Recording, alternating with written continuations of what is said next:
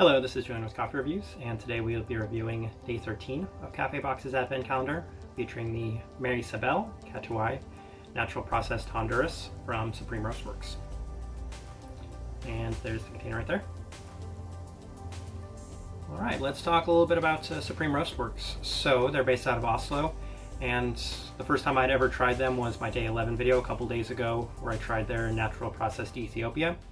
And I didn't have anything negative to say about it, and there wasn't anything that blew me away about that specific coffee. So I was looking forward to trying their second coffee, kind of come up with a better impression and opinion of the coffee roaster as a whole. What's funny about this coffee is it's from the same farm as yesterday's coffee.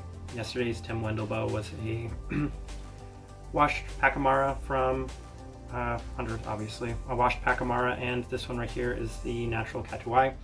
So you'll see the drastic differences, but that shouldn't come as a surprise. I mean, they're very different processing as well as coffees. So let's start talking about the details of this coffee. It was 15:1, 15 parts water, 1 part coffee at 201 degrees.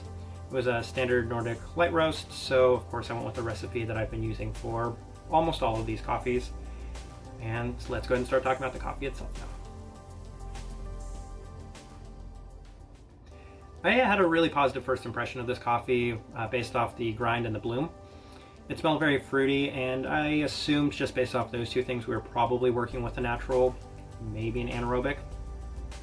And after the coffee had been brewed and took my first sip, I couldn't help but feel maybe I was drinking a Las Lajas, because I've had like 5 or 6 Las Lajas naturals anaerobics I've reviewed this year on this channel, and it had so many similarities to it. Very forward kind of cherry cereal taste, and as it had kind of cooled down, the cherry was definitely still prominent throughout. Definitely need to highlight that cherry.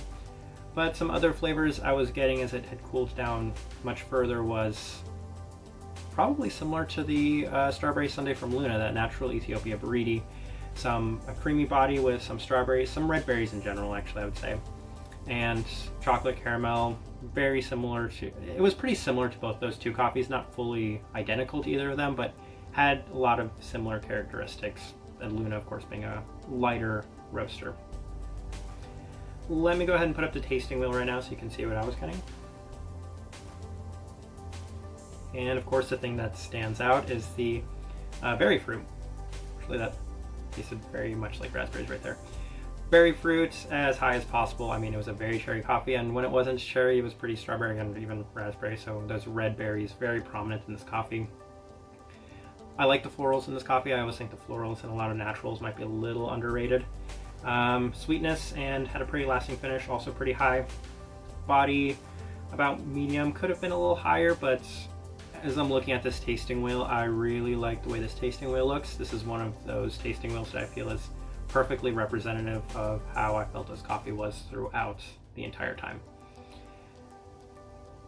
Overall impressions of this coffee, I liked the second half way more than I liked the first half, but it shouldn't come as a surprise to anybody.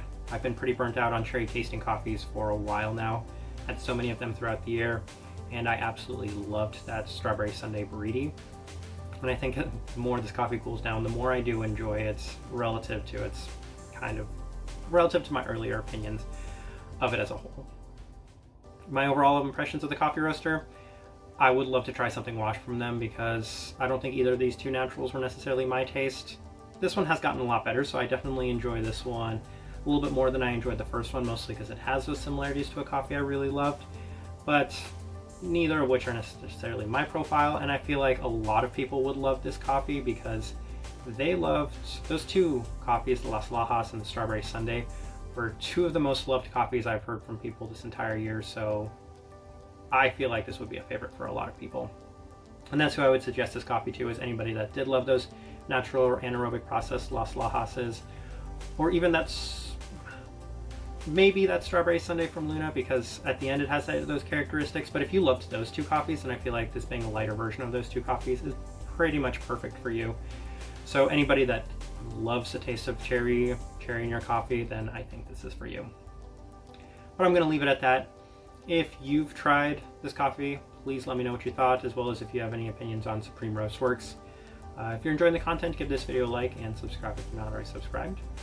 This right here has been a review of the Marysabel Catuai Natural Processed Honduras from Supreme Roastworks. Thank you for watching.